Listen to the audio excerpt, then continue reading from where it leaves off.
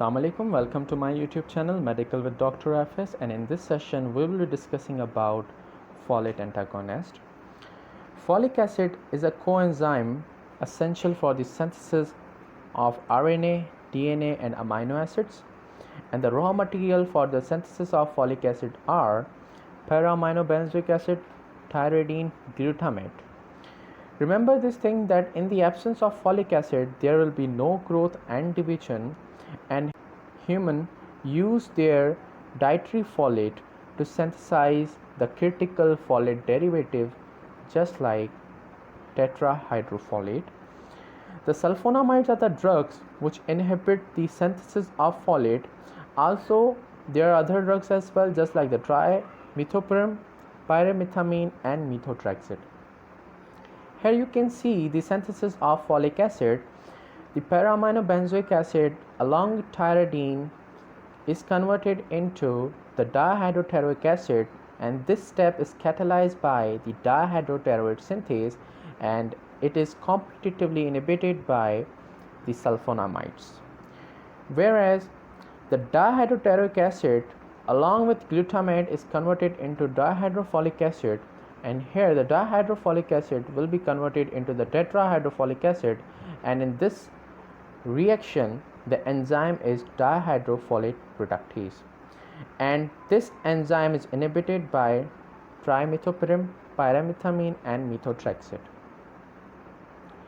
The sulfonamides were the first antimicrobial agents effective against pyogenic bacterial infections, and remember this thing, all sulfonamide may be considered to be the derivative of sulfonamide group.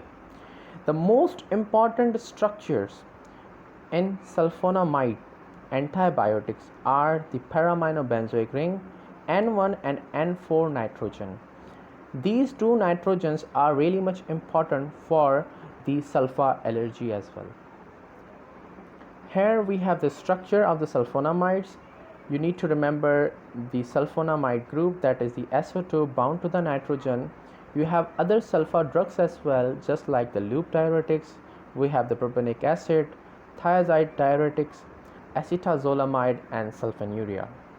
The sulfonamides are the structural analog of para-aminobenzoic acid, and here you can see the structural similarity of para-aminobenzoic acid and the sulfonamide group. Mechanism of action of sulfonamides. Sulfonamides inhibit competitively dihydrotoroid synthase, thus inhibiting the folate synthesis. Remember this thing, sulfonamides alone act as a bacteriostatic. That means they are inhibiting the growth of bacteria. They are not actually killing the bacteria.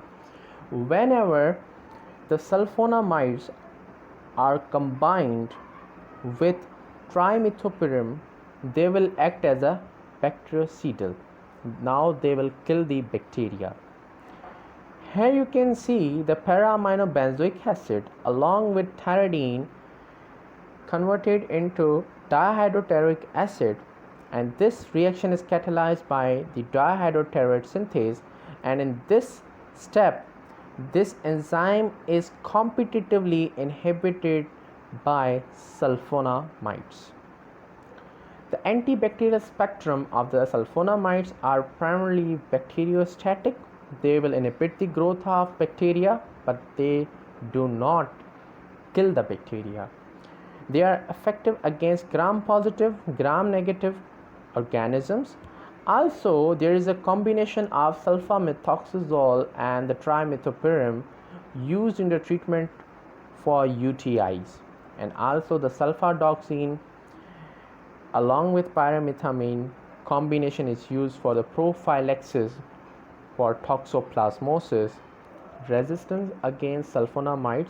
There are many gram-negative bacteria causing resistance against the action of sulfonamides because of increased para-aminobenzoic acid, by altering the dihydrotoroid synthase, and by decreasing the uptake of the drug. This is all about the introduction to sulfonamides. Thank you so much.